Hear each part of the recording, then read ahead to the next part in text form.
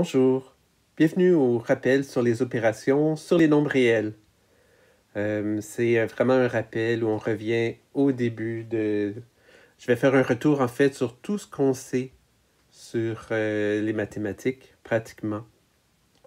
Et je recommence donc avec la base. La première opération qu'on apprend habituellement, c'est l'addition. On ne fera pas vraiment de rappel sur l'addition. Tout le monde doit savoir additionner depuis la maternelle au moins. Mais simplement, je vais faire une petite remarque comme quoi, pour des mathématiques supérieures, on considère la soustraction comme étant une sorte d'addition, où finalement on additionne un nombre négatif. Ensuite vient la multiplication, qui inclut la division, ou simplement diviser, c'est multiplier par l'inverse, le nombre inverse. Multiplier, juste pour bien saisir les propriétés, bien, on peut se rappeler que c'est une sorte d'addition. En effet, si j'écris 3 fois 4, eh bien, c'est une autre façon de calculer 4 plus 4 plus 4. Vient ensuite les exposants, et qui inclut les racines aussi. Vous avez certainement vu que une racine, ça correspond à un exposant fractionnaire. Et pour bien comprendre les propriétés des exposants, bien, il faut se rappeler que c'est une forme de multiplication. C'est une façon plus concise pour écrire une multiplication. Par exemple, si on a 4 à la 3, bien, c'est une autre façon d'écrire 4 fois 4 fois 4. Dans cette notation, 4 sera appelé la base et le 3 sera appelé l'exposant.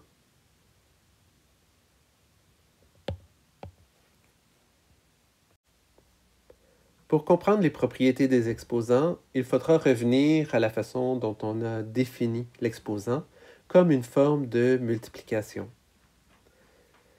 Par exemple, première propriété, qui est ici, A est une base. M et N, deux chiffres différents qui peuvent être des, qui peuvent être des nombres entiers pour l'exemple qu'on va utiliser, mais ça fonctionne en fait pour n'importe quel nombre réel. A à la M fois A à la N égale A à la M plus N. Donc, cette propriété, pour bien la comprendre, bien, on peut utiliser des chiffres. Un exemple chiffré. Par exemple, si j'ai 3 à la 2 fois 3 à la 3, et que je reviens à la façon qu'on a défini l'exposant, 3 à la 2, ben, ça veut dire 3 fois 3. 3 à la 3, ça veut dire 3 qui se multiplie par lui-même 3 fois. Donc, on constate qu'on a le nombre 3 se retrouve 5 fois. 5 qui étant 2 plus 3. Donc, le 2 du premier exposant et le 3 du second exposant nous donne 5, 3. On peut comprendre de la même façon, deuxième propriété, A à la M divisé par A à la N égale A à la M moins N. Si je prends par exemple 4 à la 7 divisé par 4 à la 2, ça signifie 4 qui se multiplie par lui-même 7 fois, divisé par 4 qui se multiplie par lui-même 2 fois. Bien, on peut voir qu'il va y avoir une simplification. Il y a 2 4 en haut qui vont se simplifier avec ceux en bas. Il va en rester finalement 5, qui correspond à 7 moins 2. La troisième propriété est une conséquence de la précédente. Quand on dit que n'importe quoi à la 0 donne 1, on peut le comprendre de la façon suivante. si j'écris 5 à la 2 sur 5 à la 2, on comprend qu'au numérateur et au dénominateur, on a la même chose, ce qui donne 1. Mais en même temps, par cohérence,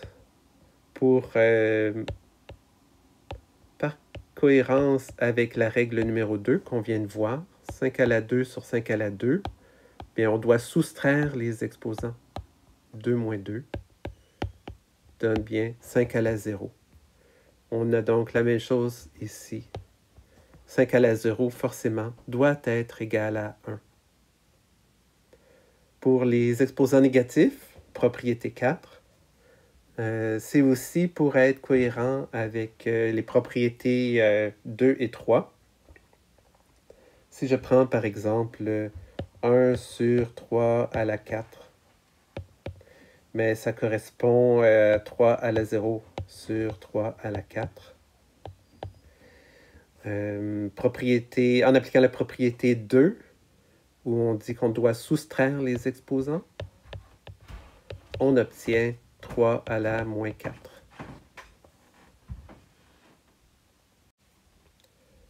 La propriété 5 nous indique que lorsqu'on a un exposant dans un exposant, on doit multiplier les deux exposants. C'est encore cohérent avec la définition. Si je prends par exemple 5 à la 2 à la 3, ça signifie que dans la parenthèse, on a 5 fois 5. Puisque c'est à la 3, bien on doit répéter la parenthèse 3 fois. 5 fois 5 fois 5 fois 5 fois 5 fois 5. Étant donné que c'est tout des multiplications, les parenthèses sont superflues. Et on a 5 qui se multiplie 6 fois. 5 à la 6. Si on a a fois b à la n, bien le résultat sera la même chose que a à la n fois b à la n. En effet, si j'ai 2 fois 5 à la 3, bien ça signifie 2 fois 5 fois 2 fois 5 fois 2 fois 5. C'est la même chose que 2 fois 2 fois 2 fois 5 fois 5 fois 5. Puisque dans une multiplication, on peut changer l'ordre sans changer la valeur du résultat. Ce qui donne 2 à la 3 fois 5 à la 3. La propriété 7 indique que si une fraction est affectée par l'exposant moins 1, eh bien, on doit inverser le numérateur et le dénominateur. Par exemple, si on a 3 demi à la moins 1, donc comme ici on a l'exposant négatif, c'est la même chose que 1 sur 3 demi à la 1. Et donc 1 sur 3 demi, qui donne 2 tiers. La propriété 8 nous dit que si on divise par une base qui possède un exposant négatif, bien l'exposant va devenir positif. Par exemple, 1 sur 5 à la moins 3. Par la propriété 7, c'est la même chose que 5 à la moins 3 à la moins 1. Et ici, exposant dans exposant, on multiplie les deux. Ça donne 5 à la 3. L'opération racine carrée est l'opération réciproque de l'exposant à la 2. Donc, racine carrée de A égale B, ça signifie que B à la 2 égale A. Par exemple, si on a racine de 9, c'est égal à 3. Tout simplement parce que 3 à la 2 est égal à 9. La racine carrée a un sens géométrique. En fait, si on a un carré d'une certaine aire A, eh bien, la racine carrée de A sera la longueur de son côté. Par exemple, Si l'aire de ce carré est de 7, eh bien, les côtés du carré mesureront racine carrée de 7. Un nombre réel peut avoir plusieurs racines carrées, ou une seule, ou aucune, dépendamment de son signe. Si le nombre dont on prend la racine, a, est plus grand que 0, il y aura 2 racines carrées. Par exemple, moins 3 est aussi une racine carrée de 9, parce que moins 3 à la 2 est égal à 9 aussi. Donc, on va différencier la racine positive et la racine négative. Lorsqu'on prend racine de 9 seulement, ça veut dire 3. Et pour désigner la racine négative, on met un moins devant. Donc, moins racine de 9, c'est moins 3. Donc, il faudra se rappeler, chaque fois qu'on prend nous-mêmes, qu'on pose une racine carrée, qu'on utilise la racine carrée, qu'automatiquement, il pourrait y avoir 2 possibilités pour la réponse. Ensuite, si a est égal à 0, à ce moment-là, il y a une seule racine carrée. Donc, racine carrée de 0, c'est 0. Et si le nombre dont on prend la racine carrée est négatif, à ce moment-là, il n'y a aucune racine carrée. Tout simplement parce que peu importe le nombre négatif qu'on prend, par exemple, si je prends moins 2, quand je le mets à la 2, on n'obtiendra jamais un nombre négatif puisque c'est moins 2 fois moins 2. Et quand on multiplie 2 signes moins ensemble, ça devient un positif.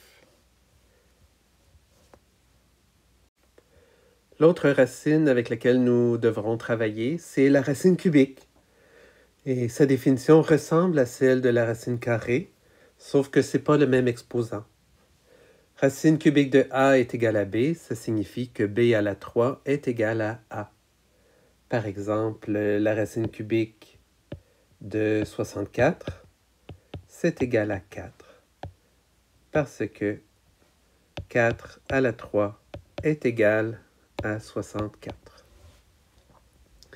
La racine cubique va fonctionner aussi pour les nombres négatifs. On peut faire la racine cubique de moins 8 qui donne moins 2 parce que la définition est satisfaite. Moins 2 à la 3, c'est égal à moins 8. Pour les valeurs positives, lorsque a est positif, il y a un sens géométrique à la racine cubique. Si a, en fait, est le volume d'un cube, la racine cubique de a, ça sera la longueur de son côté. Par exemple, si le volume d'un cube était de 7, bien, le côté du cube mesurerait racine cubique de 7.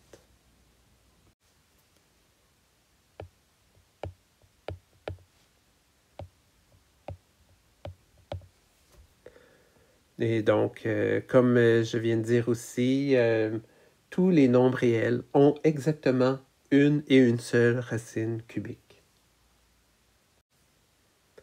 En général, pour n'importe quel nombre n, nombre naturel, entier positif, la racine énième d'un nombre a, si c'est égal à b, ça signifie que b à la n est égal à a. Par exemple, racine quatrième de 16, c'est égal à 2. Ça signifie que 2 à la 4 est égal à 16. Pour ce qui est du nombre de racines, eh bien, tout dépend de la parité de n.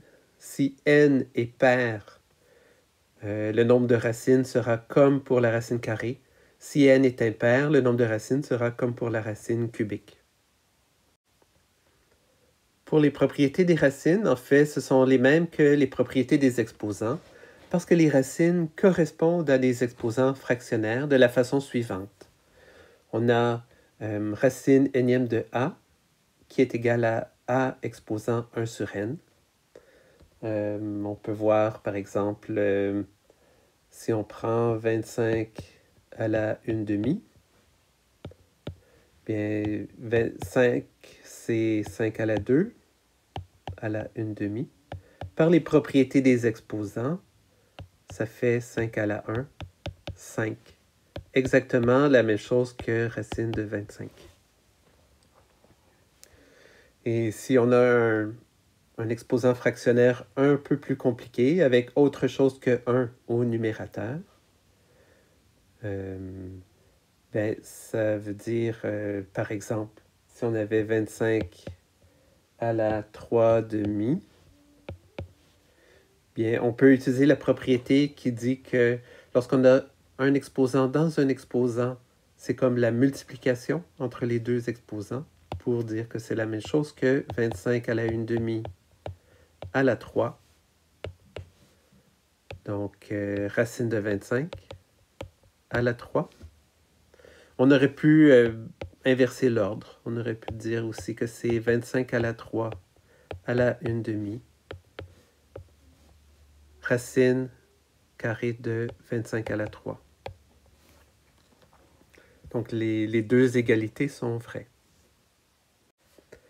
Lorsqu'on a plusieurs opérations à effectuer dans la même expression algébrique, ou en fait dans la même expression, bien il y a un ordre de priorité.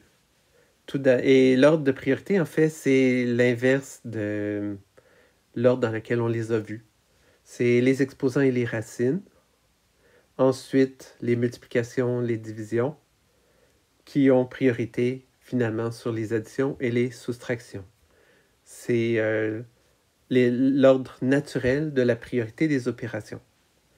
Et vous voyez, je laisse un espace en numéro 1. Donc, il existe un outil quand on veut outrepasser l'ordre naturel des opérations. C'est là qu'on utilise des parenthèses.